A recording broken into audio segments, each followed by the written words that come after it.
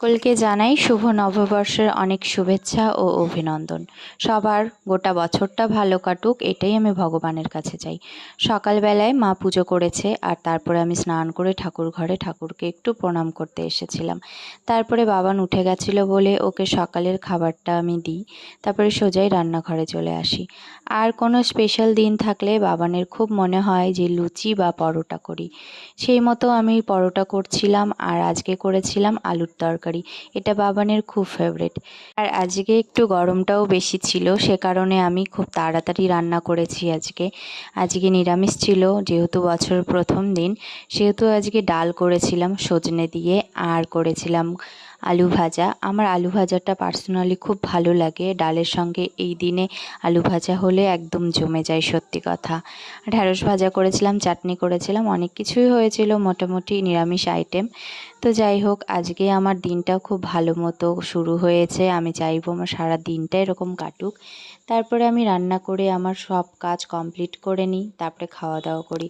আর আমি আগের দিন যেই বেড কভারটা এনেছিলাম, ভেবেছিলাম নববর্ষেই পাতবো, সেই জন্য এই বেড কভারটা আমি আজকে পেতেছি। দেখো, খুব সুন্দর লাগছে, আমার তো মনটা একদম খুশি হয়ে গেছে, বেডে পেতে খুব ভালো লাগছে।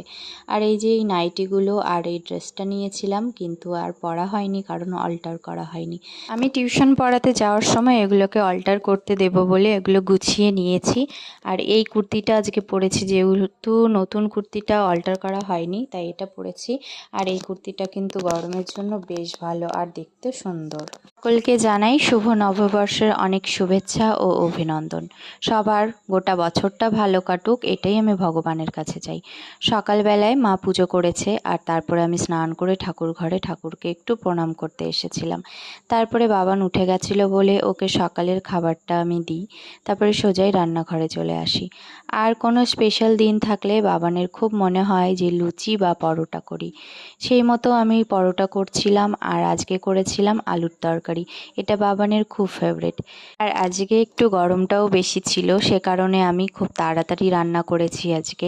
আজকে নিরামিষ ছিল, যেহেতু বছরের প্রথম দিন, সেহেতু আজকে ডাল করেছিলাম সজনে দিয়ে, আর করেছিলাম আলু ভাজা। আমার আলু ভাজাটা পার্সোনালি খুব ভালো লাগে, ডালের সঙ্গে এই দিনে আলু ভাজা হলে একদম জমে যায়, সত্যি কথা।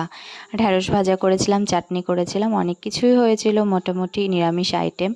তো যাই হোক, আজকে আমার দিনটা খুব ভালো মতো শুরু হয়েছে। আমি চাইবো আমার সারা দিনটা এরকম কাটুক।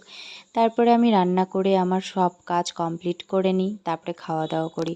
আর আমি আগের দিন যেই বেড কভারটা এনেছিলাম, ভেবেছিলাম নববর্ষেই পাতবো, সেই জন্য এই বেড কভারটা আমি আজকে পেতেছি। দেখো, খুব